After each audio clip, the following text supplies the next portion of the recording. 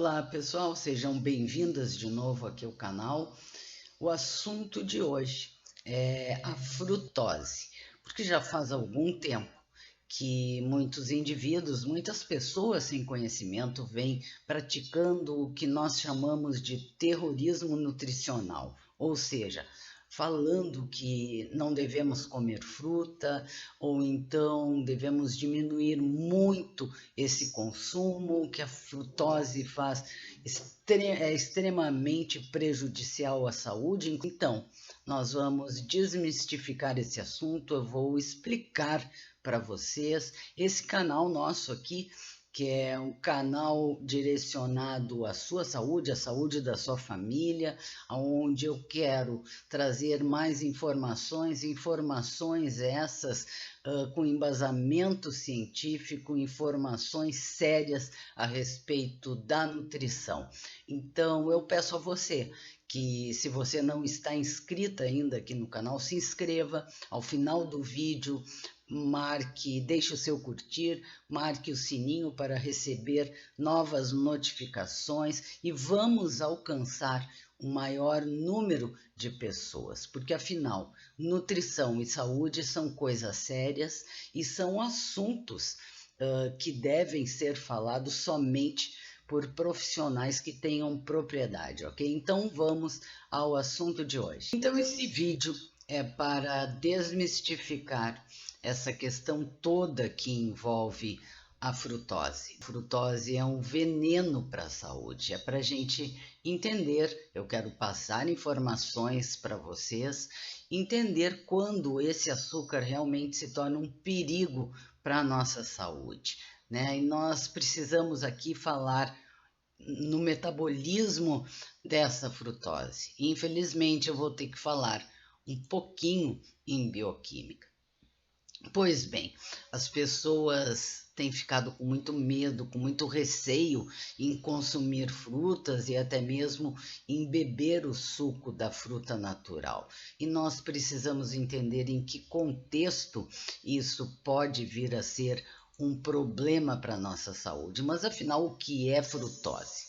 Frutose é um açúcar, pessoal. Frutose é um monossacarídeo, é um isômero da glicose. A glicose e a frutose são muito parecidas.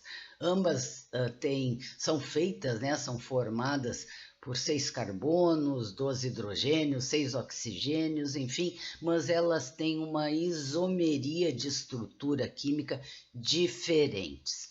E a frutose, ela é metabolizada no nosso fígado. Qual é o medo que as pessoas têm? O medo é que essa frutose no fígado se transforme em gordura e aí vocês com certeza já ouviram falar e até mesmo sabem o que é o risco de vir a ter esteatose hepática. E a literatura nos mostra que o consumo excessivo realmente de frutose está relacionado a vários quadros, como a questão da resistência insulínica, a intolerância à glicose, a síndrome metabólica, o aumento da gordura abdominal, a hipertrigliceridemia e inclusive a esteatose hepática.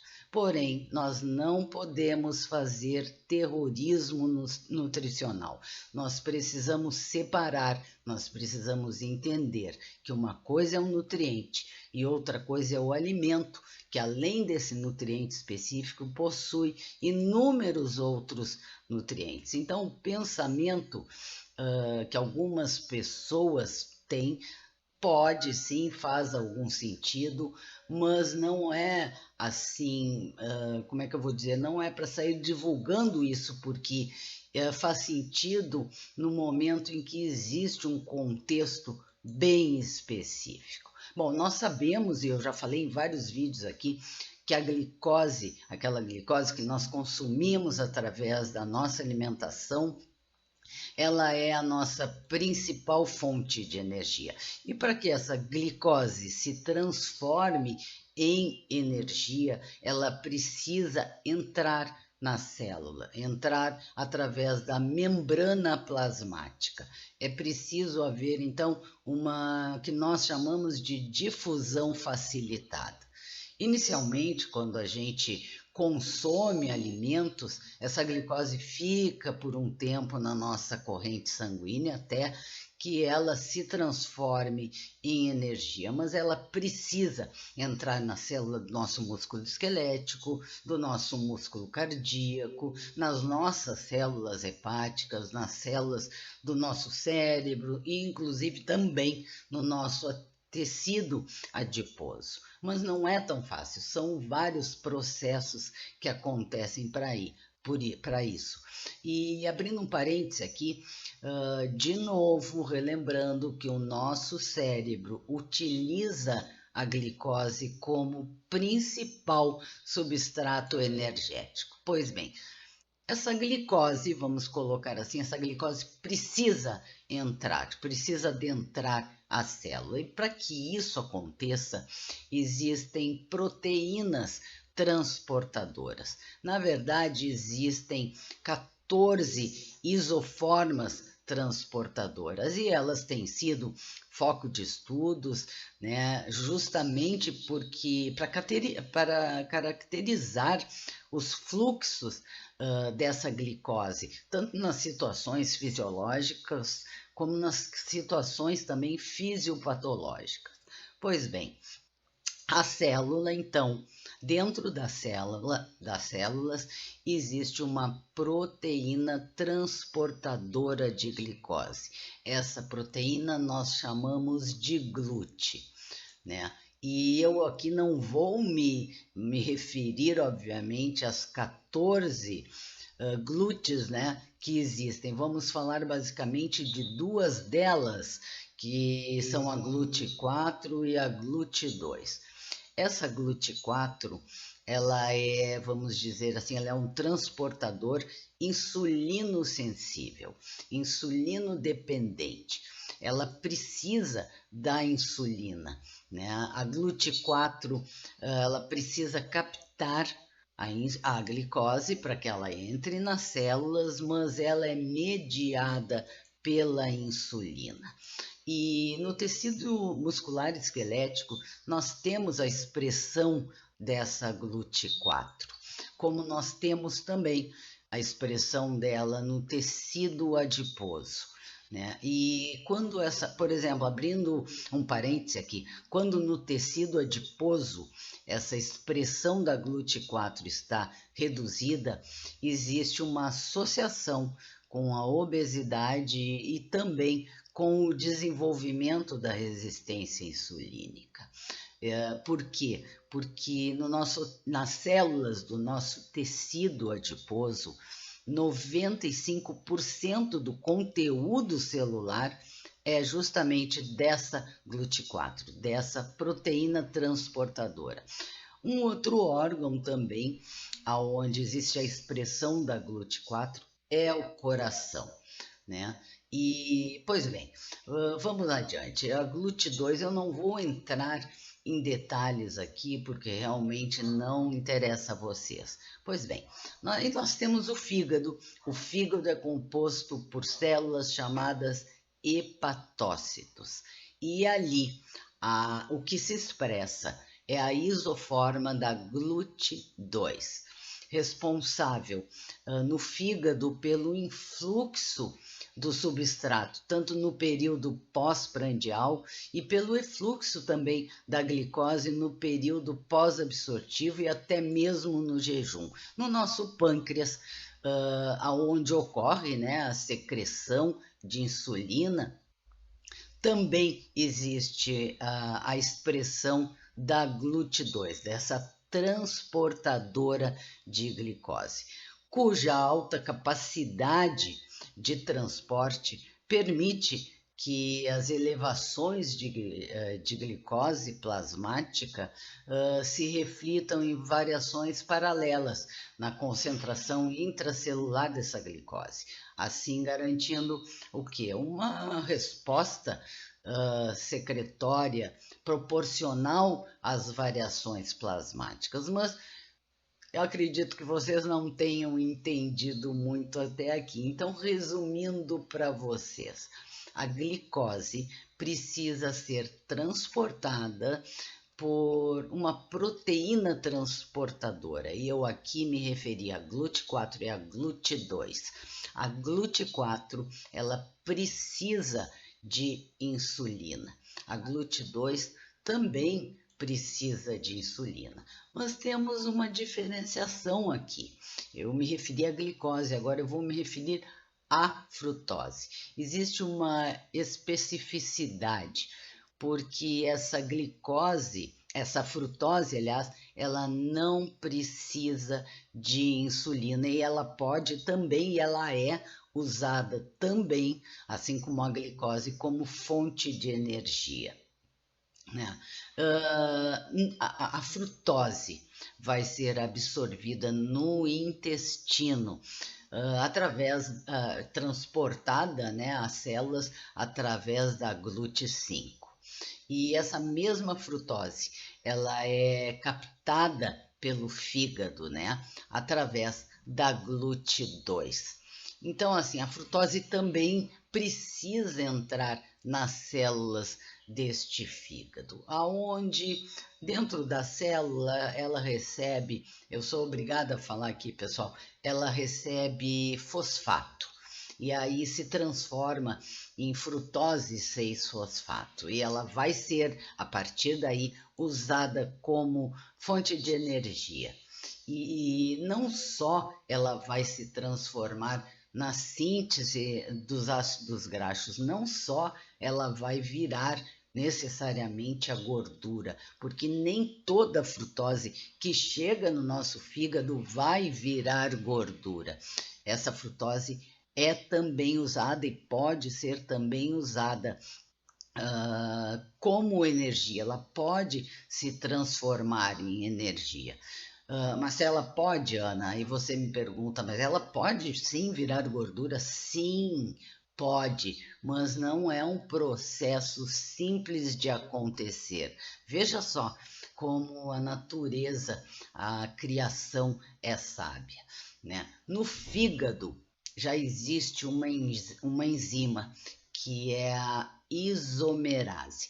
Essa enzima no fígado, ela tenta bloquear a frutose de se transformar em gordura hepática. E essa enzima favorece com que a frutose das frutas, né, seja convertida em glicose para depois ainda se transformar em energia. Veja o que eu falei aqui. A frutose pode no fígado se transformar em glicose e essa glicose, consequentemente, se transformar em energia.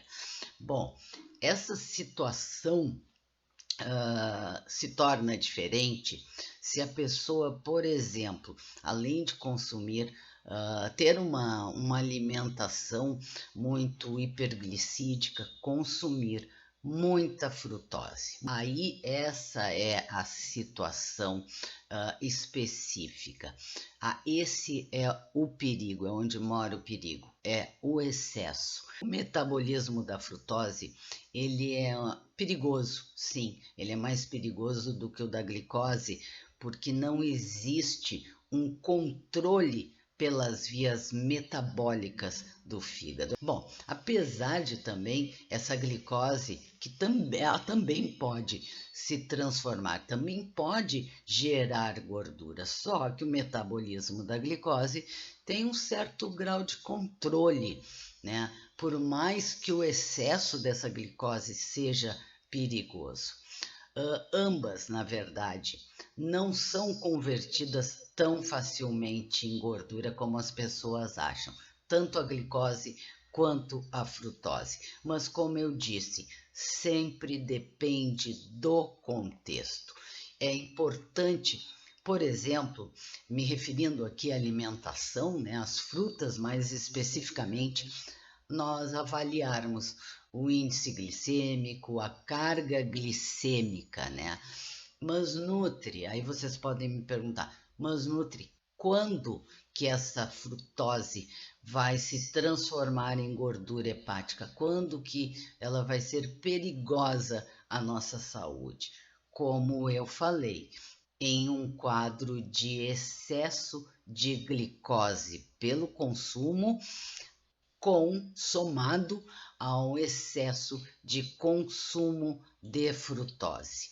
Aí sim, a frutose vai se transformar em gliceraldeído 3P, a partir daí ela vai se transformar em glicerol, enfim, vai ser ativada a via de glicerol.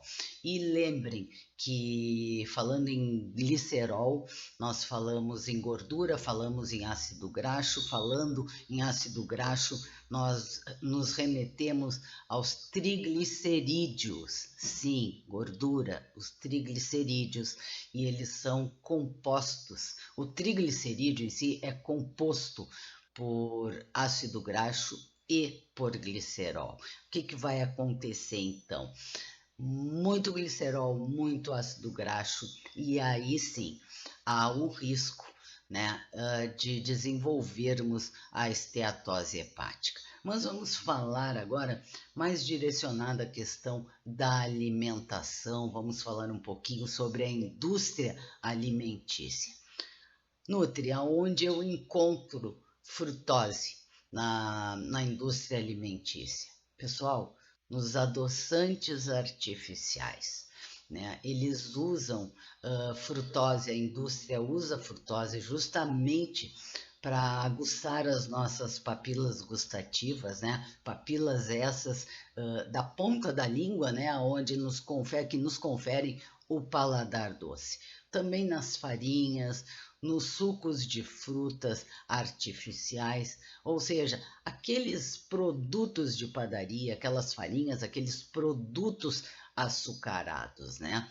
Porque se num excesso de glicose, que nós nem conseguimos já transformá-la em energia, como será possível nós pegarmos a frutose e fazer com que ela se transforme em energia, não é mesmo? Quer dizer, já temos um excesso de glicose, de consumo de glicose, de consumo de frutose, então é meio complicado. Eu pergunto para vocês na realidade, se você abrir um pacote de, sei lá, de bolacha recheada, por exemplo, você seria capaz de comer um, no máximo dois biscoitos? Não, né, pessoal?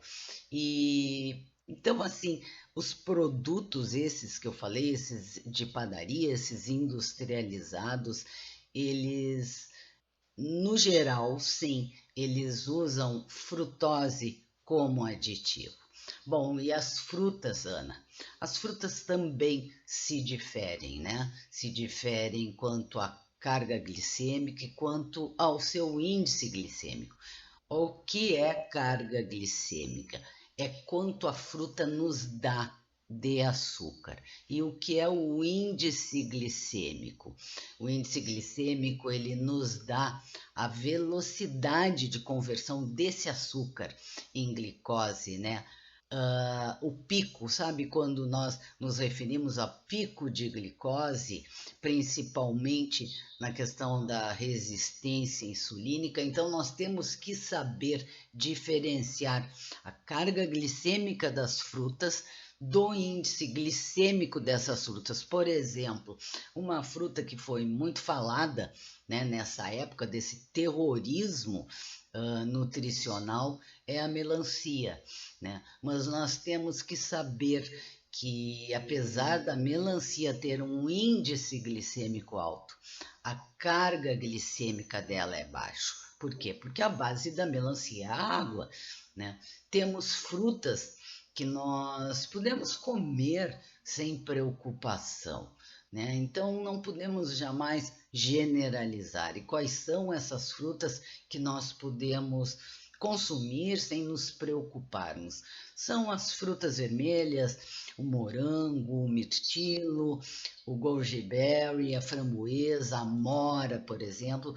Essas frutas têm baixa frutose, elas ainda têm um super efeito antioxidante. Então nós temos que saber qual fruta consumir, em qual situação consumir. Nós temos também frutas com muita frutose, as uvas, a manga, a jaca, são três exemplos de frutas com muita frutose.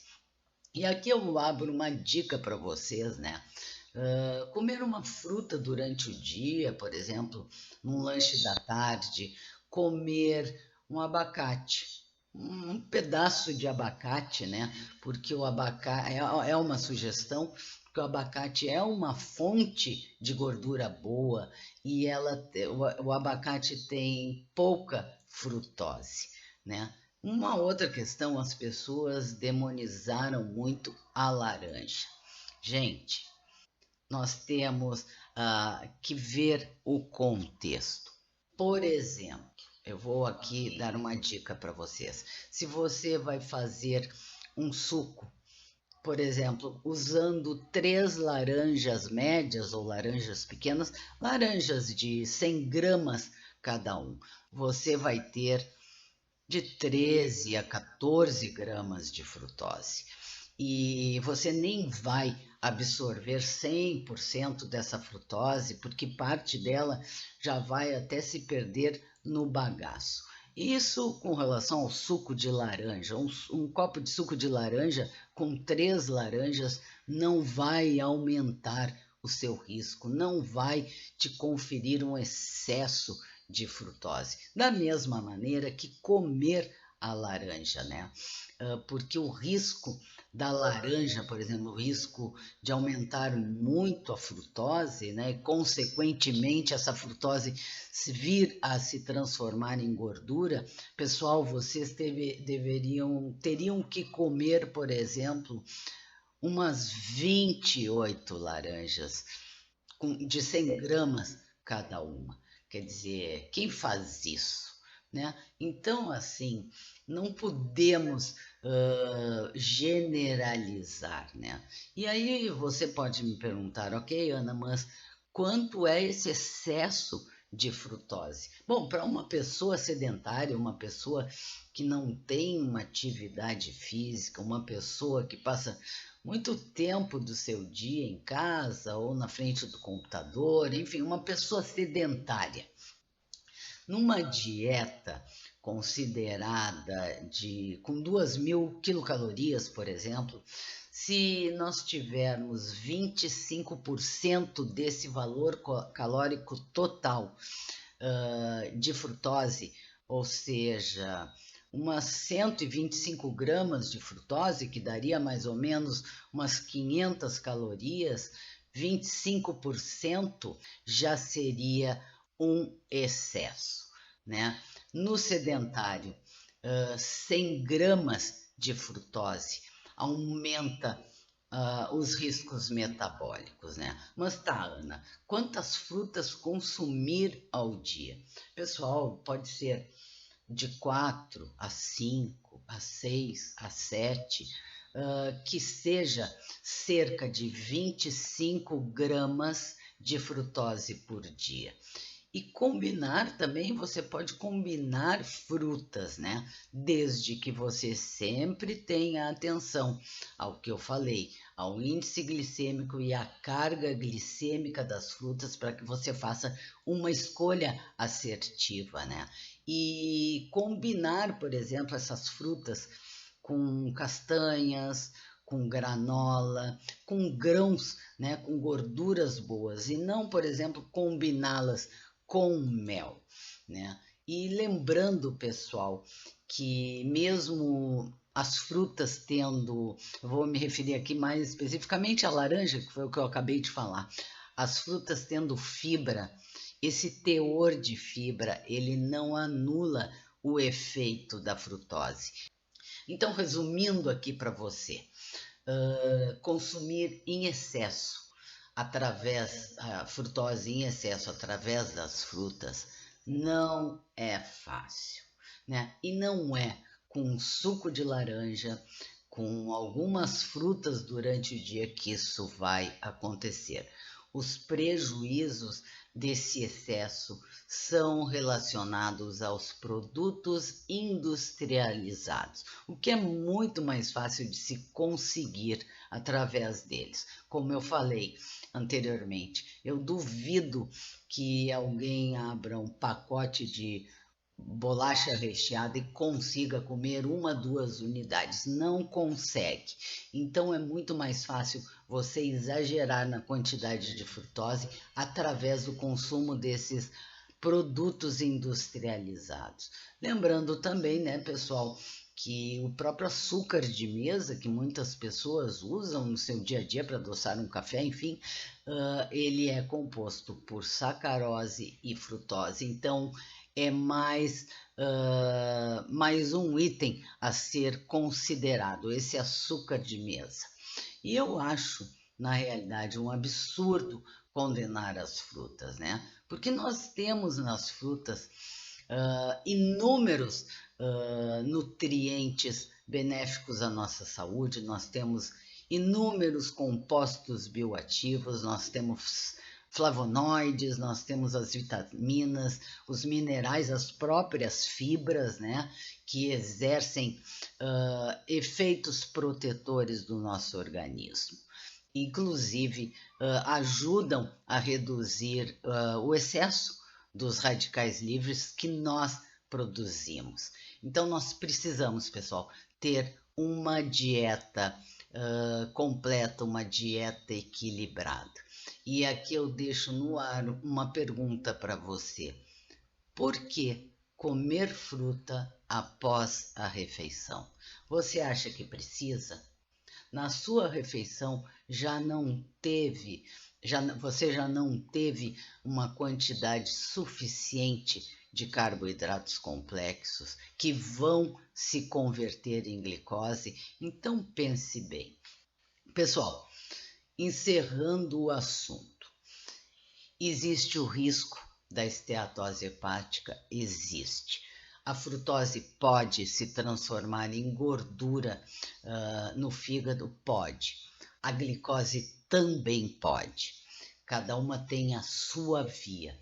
Vias essas que não são fáceis de acontecer.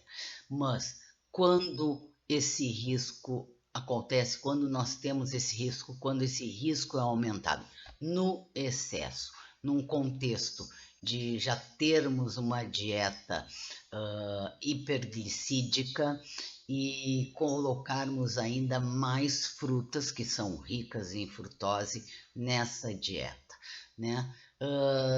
Se essa quantidade de frutose ficar até 25% do nosso valor energético total diário, não tem problema nenhum. O problema é quando esse valor está extrapolado. Então, não deixem de comer fruta, não deixem de tomar o suco de fruta natural. Diminua sim, diminua os industrializados, os sucos de caixinha, né? Os alimentos, as farinhas, os biscoitos.